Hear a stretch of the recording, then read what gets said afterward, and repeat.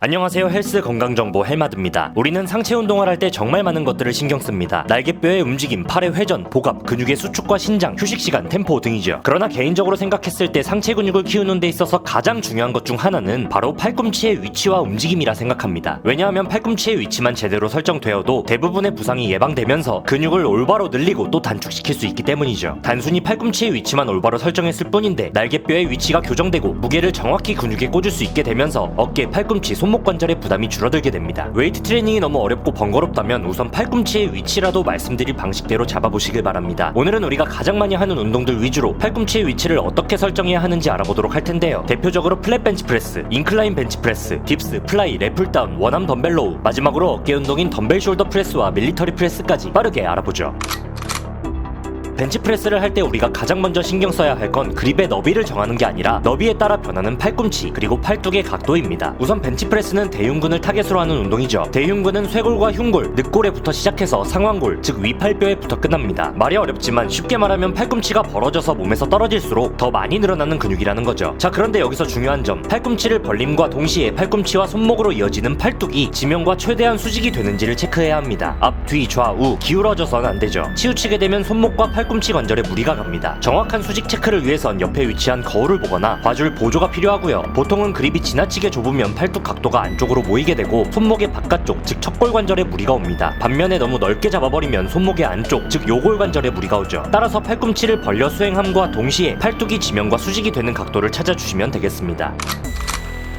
인클라인 벤치프레스도 별반 다르지 않습니다. 지면과 수직이 되는 그립의 너비와 팔꿈치 각도를 찾아주셔야 합니다. 여기서 찾아주셔야 한다고 표현한 이유는 사람마다 팔 길이가 다르기 때문에 천편일률적인 정답이 없기 때문이죠. 다만 인클라인 벤치프레스의 경우 일반 플랫 벤치프레스와 다르게 팔꿈치를 지나치게 벌리려고 하면 어깨에 부담이 가는 현상이 발생하는데요. 그렇기에 팔꿈치를 너무 벌리기보다는 자연스럽게 내리면서 팔뚝의 수직 움직임에 더 신경 쓰되 어깨 앞쪽이 너무 많이 늘어나지 않는 선에서 내려주도록 합니다. 꼭 가슴을 찍을 필요가 없다는 말이죠. 인클라인 벤치프레스는 상부 대흉근을 주로 타깃으로 하는 운동이지만 전면 삼각근도 많이 개입되는 운동입니다. 따라서 어깨에 힘이 들어가는 것도 맞고 다만 밀 때 어깨가 앞으로 같이 딸려나가지 않도록만 주의해줍니다. 얘기가 좀 샜는데요. 어쨌든 상부 가슴은 중앙부 가슴에 비해 근육의 섬유가 가늘고 두껍지 않으므로 자극을 느끼기 초반엔 어려운 게 맞고요. 많은 연습이 필요합니다.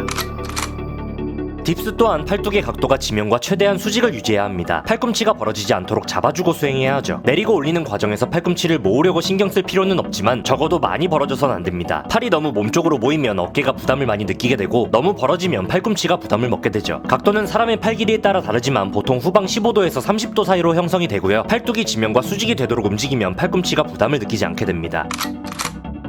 앞서 말씀드린 벤치프레스와 마찬가지로 대흉근을 적극적으로 늘려주기 위해선 팔을 옆으로 들어야겠죠. 이를 위해 팔꿈치를 들어주면 됩니다. 실제로 해보면 아시겠지만 팔꿈치가 적극적으로 들리지 않은 상태에서 머신 플라이, 케이블 플라이, 덤벨 플라이를 진행하면 가슴이 늘어나지 않는 느낌을 받게 됩니다. 풀업과 다르게 래플다운은 무게를 잡아 내렸을 때 바가 머리에 걸리게 되죠. 따라서 약간 앞쪽, 즉 턱의 앞쪽으로 내리게 되는데요. 이때 팔꿈치가 옆으로 빠지게 되면 자연스럽게 어깨가 앞으로 돌아가면서 라운드 숄더의 형태가 나오게 됩니다. 가슴과 어깨가 펴지지 않고 말려있는 상태에선 광배근에 정확한 자극을 꽂기 어렵습니다. 따라서 래플다운을 할 때도 팔꿈치를 앞으로 빼고 팔뚝을 지면과 가급적 수직에 가깝게 유지하도록 해주어야 합니다.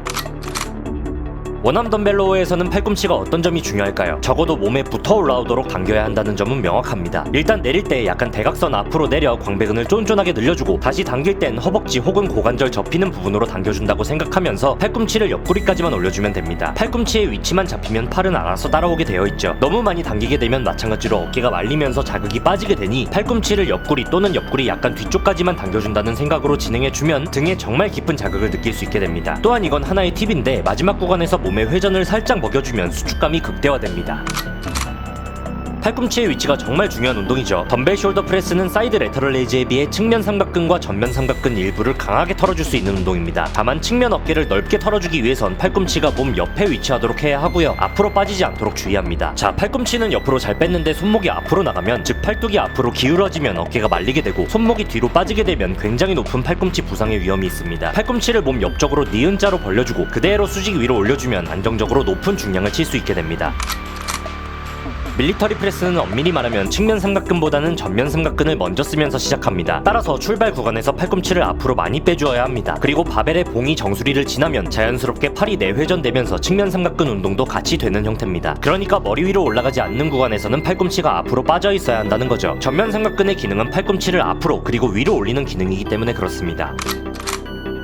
자, 오늘은 이렇게 많은 운동들에 있어서 팔꿈치의 위치의 중요성을 같이 알아보았습니다. 물론 팔꿈치 외에도 다른 것들을 같이 신경 써야 하지만 우선 팔꿈치만이라도 올바른 위치에 두고 운동한다면 조금 더 빨리 우리의 실력은 향상되면서 자연스럽게 근육의 성장도 더 효과적으로 이룰 수 있게 됩니다. 자, 랭킹닷컴에서 다양한 행사가 진행되고 있어 여러분들께 소개드립니다. 우선 10+10, 5+5 더블 식단 할인 이벤트가 아직 진행되고 있습니다. 평균 50% 저렴하게 판매되고 있는 거죠. 베스트셀러인 맛있딱 닭가슴살 스테이크나 인메이트 닭가슴살 소시지, 몬스터 닭가슴살 볶음밥 등 다양한 제품을 판매하고 있으니 고정 댓글 확인해 주시면 좋을 것 같고요. 큰손들의 필수템이라고 해서 가입 후 구매액이 가장 높은 회원들이 많이 구매했던 제품들을 최대 44%까지 할인해서 판매하고 있습니다. 평소 대비 정말 저렴하게 판매하고 있기 때문에 이번 기회에 쟁여두시길 추천드리고요. 이런 닭가슴살 제품을 활용하면 맛있게 그리고 하루 섭취 권장량인 체중 곱하기 2g의 단백질을 빠르고 간편하게 섭취하실 수 있게 됩니다. 아직 회원이 아니신 경우 고정 댓글 링크로 접속하셔서 H마드 추천인 코드 입력 시 무료 배송과 할인 쿠폰팩이 지급이 됩니다. 채널 운영에도 큰 도움이 되니까요. 관심 있으신 분들의 많은 참여 부탁드리겠습니다.